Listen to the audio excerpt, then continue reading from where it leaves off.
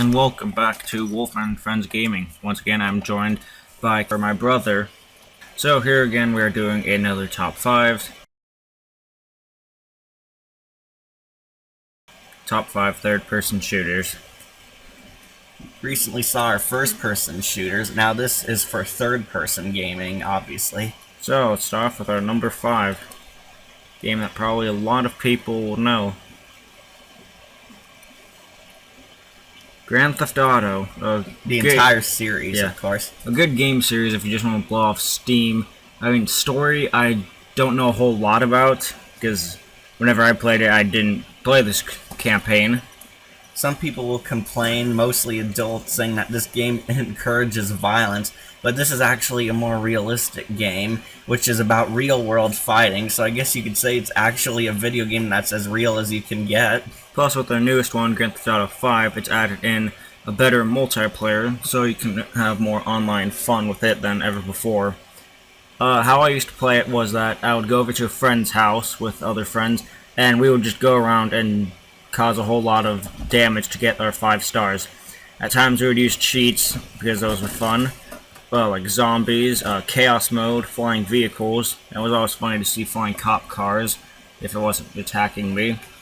But yeah, it's just a really fun, open world game. Let's not forget it starred Samuel L. Jackson. The best one in the series had him. Now, here comes number 4.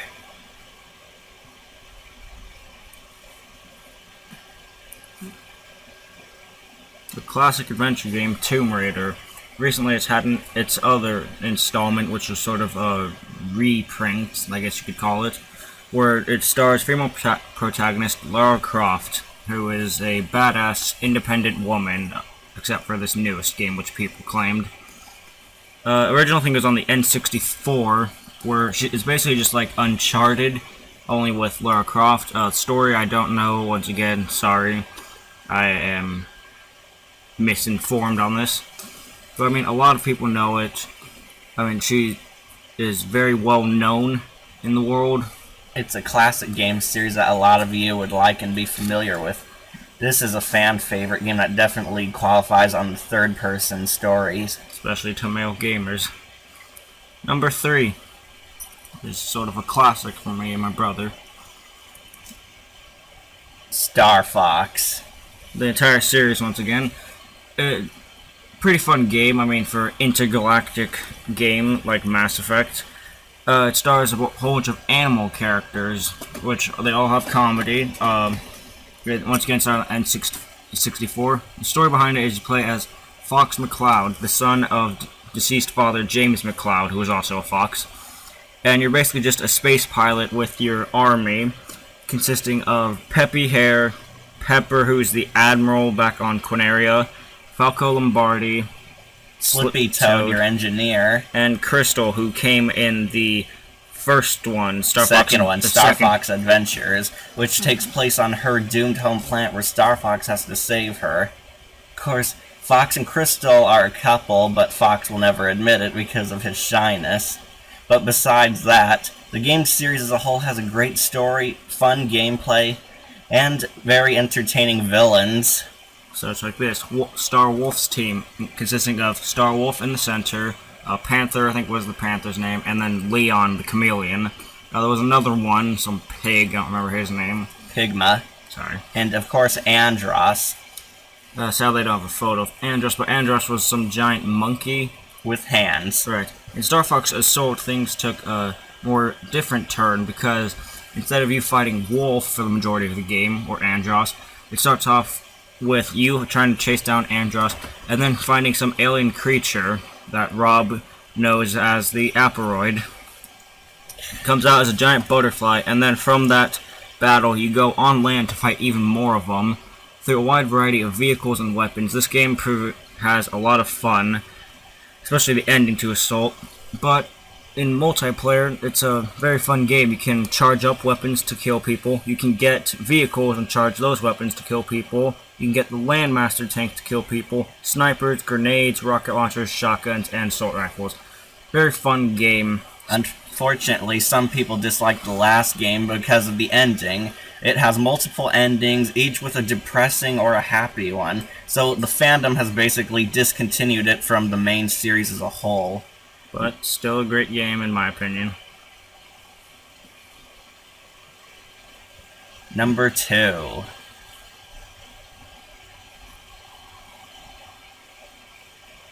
The Mass Effect series. The entire trilogy as a whole qualifies as this.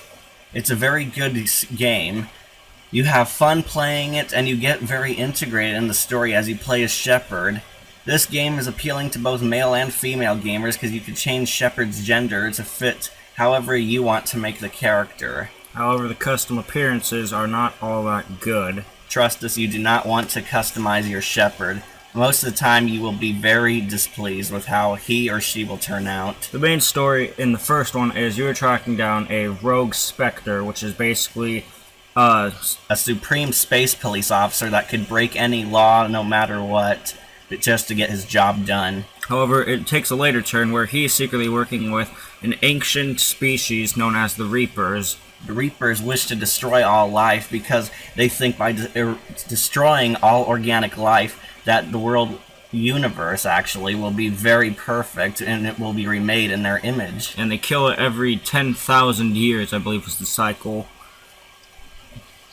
Through Mass Effect 2, you're still tracking them down, except tracking down the Collectors instead. Who are servants of the Reapers, because the Reapers brainwashed their original people who fought against them the first time and branded them the Reapers. You also work together with Martin Sheen, or the Elusive Man. He becomes the new villain after Saren's eventual defeat in the first game. However, in the second game, he serves more of as an ally, and sort of as a moral compass in a way. Don't be fooled by Martin Sheen's charm. He's actually a very disturbed man, as you find out in the final installment of the series. When he turns out to be indoctrinated himself and tries to control the Reapers so that way he can save humanity. Because logic. Mass Effect, unlike most of these games, your character choices depend on you, which makes it even more fun. Not only is it a third-person shooter where you get to kill many enemies who badly underestimate Shepard, but you also get to talk to your friends and squad mates. However, this couldn't make number 1 because of the highly debated Mass Effect 3 ending, which people have created theories to try to make it better, but they can't. Like the Star Fox series, a lot of people were pissed about the endings because they're different endings, and each one can be very depressing or optimistic if you achieved certain things while you were playing the story. However, nobody found any of them optimistic, and then when they tried to fix it with some new mode, I forgot what it was called, but they tried to fix it where instead of killing the Reapers or controlling them, you synthesize humans and organics, which still sucks. Yes, but nevertheless, the whole series as a whole deserves to be on this list because of its fascinating gameplay. Now then, The final one you've been waiting for. our number 1 on this top third-person shooters list, another classic series. Resident Evil. Basically, I'll just give it an overview of the game. You play as STARS. In the first game, you play as STARS agent Chris Redfield or Jill Valentine with your team, Barry, and I forgot what Chris's partner was, and Albert Wesker, who later becomes the villain, which I'll go later. But you're basically fighting through zombies to save the world in a way.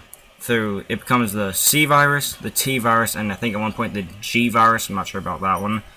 And that is what turns people into the zombies. Sorry about that long pause.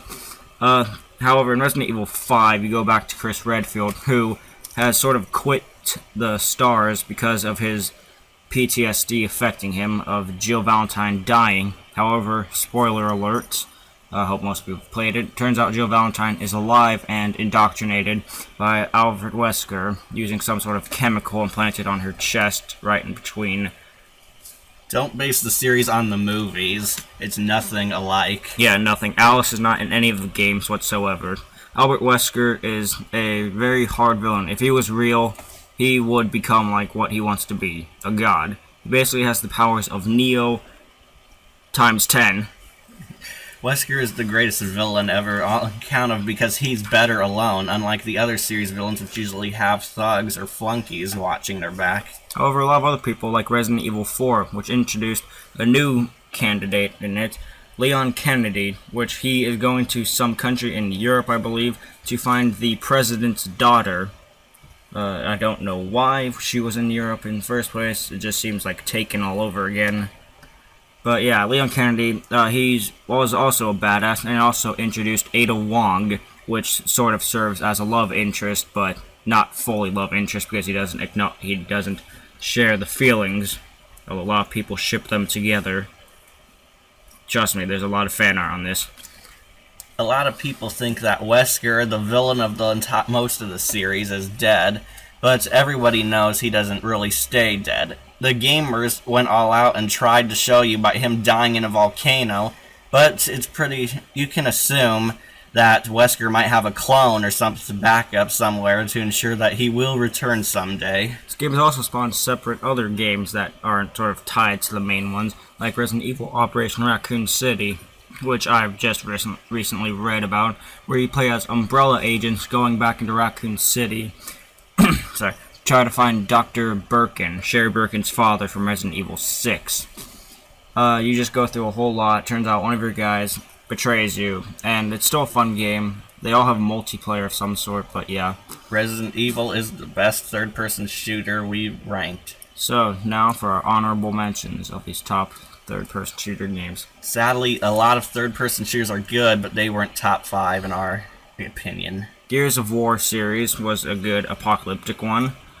Transformers War for Cybertron is another good one, because of the Transformers series itself. This time, there are no humans in the series, which would probably please a lot of fans, because you're focusing on the robots you know and love the most. And you still have the vehicle transformations, and it's all on Cybertron.